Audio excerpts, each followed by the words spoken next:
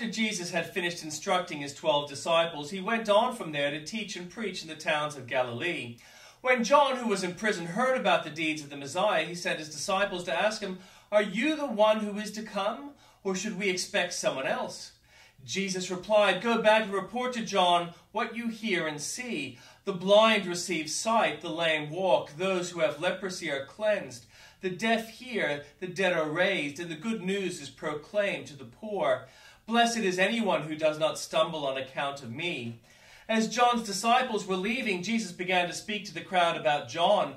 "What did you go out into the wilderness to see? A reed swayed by the wind? If not, what did you go out to see? A man dressed in fine clothes? No, those who wear fine clothes are in kings' palaces. Then what did you go out to see? A prophet? Yes, I tell you, and more than a prophet. This is the one about whom it is written, 'I will send my messenger ahead of you who will prepare your way before you.' Truly I tell you, among those born of women, there has not been risen anyone greater than John the Baptist. Yet whoever is least in the kingdom of heaven is greater than he. From the days of John the Baptist until now, the kingdom of heaven has been subjected to violence, and violent people have been raiding it. For all the prophets and the law prophesied until John. And if you are willing to accept it, he is the Elijah who was to come. Whoever has ears, let them hear. To what can I compare this generation? They are like children sitting in the marketplaces and calling out to others. We played the pipe for you, and you did not dance. We sang a dirge, and you did not mourn. For John came neither eating nor drinking, and they say he has a demon. The Son of Man came eating and drinking, and they say, here is a glutton and a drunkard, a friend of tax collectors and sinners. But wisdom is proved right by her deeds." Then Jesus began to denounce the towns in which most of his miracles had been performed. "Because they did not repent, woe to you, Chorazin, woe to you, Bethsaida! For if the miracles that were performed in you had been performed in Tyre and Sidon, they would have repented long ago in sackcloth and ashes.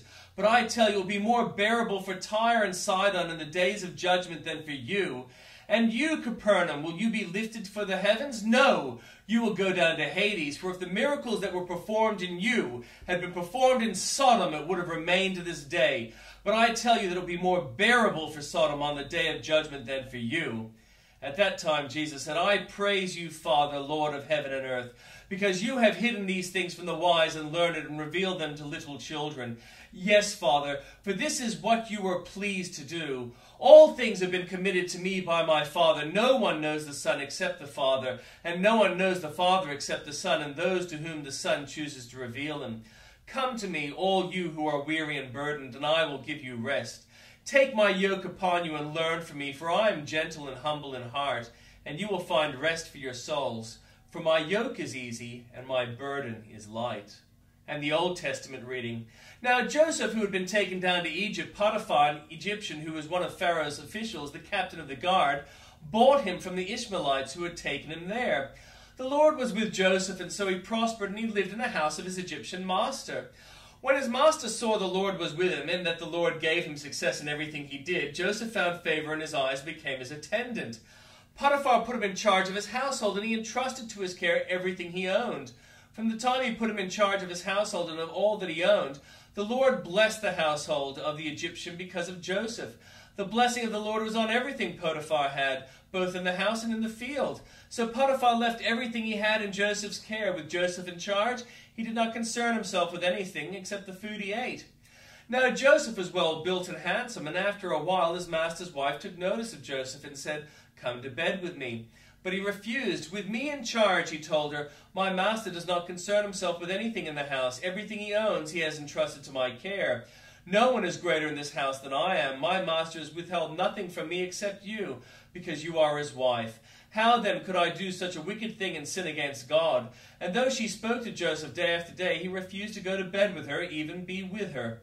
One day he went into the house to attend his duties, and none of the household servants was inside. She caught him by his cloak and said, "Come to bed with me." But he left his cloak in her hand and ran out of the house. When she saw that he had left his cloak in her hand and had run out of the house, she called her household servants. "Look," she said to them, "this Hebrew has been brought to us to make sport of us. He came in here to sleep with me, but I screamed. When he heard me scream for help, he left his cloak beside me and ran out of the house."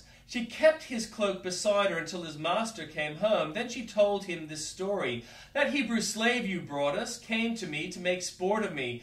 But as soon as I screamed for help, he left his cloak beside me and ran out of the house. When his master heard the story, his wife told him, saying, "This is how your slave treated me," and he burned with anger. Joseph's masters took him and put him in prison, the place where the king's prisoners were confined.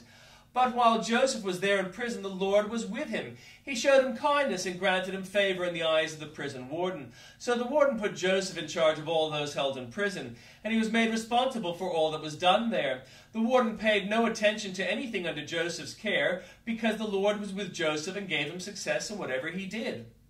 Some time later, the cupbearer and baker of the king of Egypt offended their master, the king of Egypt. Pharaoh was angry with his two officials, the chief cupbearer and chief baker, and put them in custody in the house of the captain of the guard in the same prison where Joseph was confined. The captain of the guard assigned them to Joseph, and he attended them. After they had been in custody for some time, each of the two men, the cupbearer and the baker of the king of Egypt, who were being held in prison, had a dream the same night, and each dream had a meaning of its own. When Joseph came to them the next morning, he saw that they were dejected. So he asked Pharaoh's officials who were in custody with him in the master's house, "Why do you look so sad today?" "We both had dreams," they answered, "but there is no one to interpret them." Then Joseph said to them, "Do not interpretations belong to God? Tell me your dreams." So the chief cupbearer told Joseph his dream. He said to him, "In my dream I saw a vine in front of me, and on the vine there were 3 branches. As soon as it budded, it blossomed, and its clusters ripened into grapes. Pharaoh's cup was in my hand, and I took the grapes, squeezed them into Pharaoh's cup, and put the cup in his hand." "This is what it means," Joseph said to him. "The 3 branches are 3 days. Within 3 days, Pharaoh will lift up your head and restore you to your position, and you will put Pharaoh's cup in his hand, just as you used to do when you were his cupbearer. But when all goes well with you, remember me and show me kindness. Mention to Pharaoh and get me out of this prison. I was forcibly carried off from land of the Hebrews, and even here I have done nothing to deserve being put in a dungeon." When the chief baker saw that Joseph had given a favorable interpretation, he said to Joseph, "I too had a dream. On my head were 3 baskets of bread. In the top basket were all kinds of baked goods for Pharaoh, but the birds were eating them out of the basket on my head." "This is what it means," Joseph said. "The 3 baskets are 3 days. Within 3 days, Pharaoh will lift off your head and impale your body on a pole, and the birds will eat away your flesh." Now the 3rd day was Pharaoh's birthday, and he gave a feast for all his officials. He lifted up the heads of the chief cupbearer and the chief baker in the presence of his officials. He restored the chief cupbearer to his position so that he once again put the cup into Pharaoh's hand. But he impaled the chief baker, just as Joseph had said to them in his interpretation. The chief cupbearer, however, did not remember Joseph. He forgot him.